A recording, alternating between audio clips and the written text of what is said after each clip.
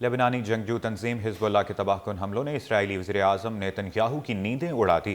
لبنان کی سرحد کے قریب اسرائیلی قبضے میٹولا میں اسرائیلی وزیر اعظم نیتن یاہو کی آمد سے قبل ڈرون حملے کے بعد نیتن یاہو کو سرحد پار فوجیوں سے ملاقات کے لیے طے شدہ دورہ منسوخ کرنا پڑ گیا۔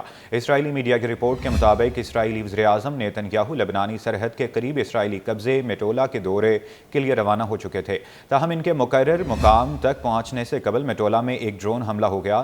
میڈیا رپورٹ کے مطابق اسرائیلی وزیر اعظم کے دورے کے لیے مقررہ وقت سے 20 منٹ قبل ڈرون دھماکہ ہوا۔ حزب اللہ کی جانب سے کیے گئے ڈرون حملے کے بعد وزیر اعظم نیتن یاہو نے لبنانی سرحد کے قریب اسرائیلی قصبے میٹولا میں فوجیوں سے ملاقات کر کے طے شدہ اپنا دورہ منسوخ کر دیا۔ صہیونی حکومت کے ٹی وی چینل 11 نے ایک باخبر ذرائع کے حوالے سے ایک رپورٹ میں یہ بتایا کہ اسرائیلی وزیر اعظم نیتن یاہو حزب اللہ کے ڈرون حملوں سے خوف میں مبتلا ہیں۔ ٹی وی چینل کی رپورٹ کے مطابق نیتن یاہو نے ایک نجی ملاقات میں کہا کہ اگر اب کوئی ڈرون کنیسیٹ کی عمارت سے ٹکرا گیا تو ہم کہاں جائیں گے۔ اس باخبر ذریعے کے مطابق نیتن یاہو نے بھی یہ کنیسیٹ کا اجلاس کسی اور جگہ کیوں نہیں منعقد کیا۔ اس سے قبل صہیونی حکومت کے ذرائع ابلاغ نے اطلاع دی تھی کہ اسرائیلی کابینہ کا ہفتہ وار اجلاس سیکیورٹی مسائل اور ممکنہ حملوں کے خدشے کے پیش نظر کسی اور جگہ پر منتقل کر دیا گیا۔ نیتن یاہو نے اپنے بیٹے کی شادی کو بھی سیکیورٹی خدشات کے باعث مؤخر کرنے پر غور شروع کر دیا۔ اسرائیلی میڈیا کے مطابق نیتن یاہو کے بیٹے ایونینس یاہو کی شادی 26 نومبر کو تل ابیب کے ایک فارم ہاؤس میں طے ہے۔ تاہم اطلاعات کے سامنے آئی ہیں کہ وزیر اعظم نے اپنے ساتھیوں کو بتایا کہ مقررہ دن پر بیٹے کی شادی کی تقریب منعقد کرنے سے شرکاء کی سلامتی کو خطرہ ہو سکتا ہے۔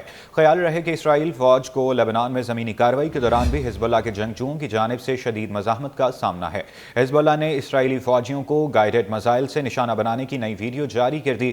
حزب اللہ کی جانب سے 2 روز قبل اسرائیل پر راکٹ حملے میں 7 اسرائیلی ہلاک اور متعدد زخمی ہو گئے تھے۔ اسرائیلی فوج نے تصدیق کی تھی کہ شمالی اسرائیل میں حزب اللہ کی جانب سے داغے گئے راکٹس کے باعث 7 شہری ہلاک ہوئے۔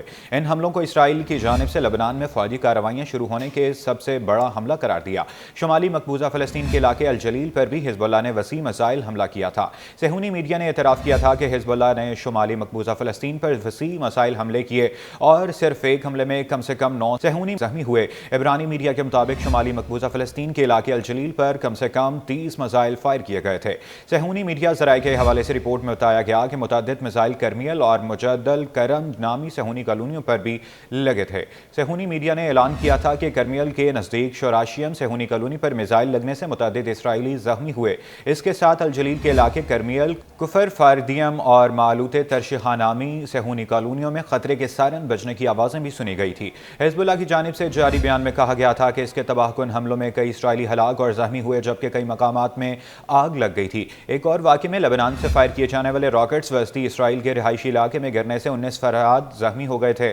میڈیا رپورٹس کے مطابق اسرائیل کی ایمرجنسی سروس نے بتایا تھا کہ لبنان سے آنے والی راکٹوں میں سے ایک تیرا کے علاقے میں رہائشی عمارت پر لگا جس سے عمارت کو نقصان پہنچا۔ یہ کارروائیاں ایسے وقت میں کی گئی جب امریکہ کی جانب سے ایک بار پھر جنگ بندی کی کوشش تیز کر دی گئی ہے۔ ایک بیان میں امریکی وزیر خارجہ اینٹونی بلنکن نے کہا تھا کہ اسرائیل اور لبنان اقوام متحدہ کی قرارداد نمبر 1701 پر عمل درآمد کی طرف بڑھ رہے ہیں جو جنگ بندی کی بنیاد بن سکتی ہے۔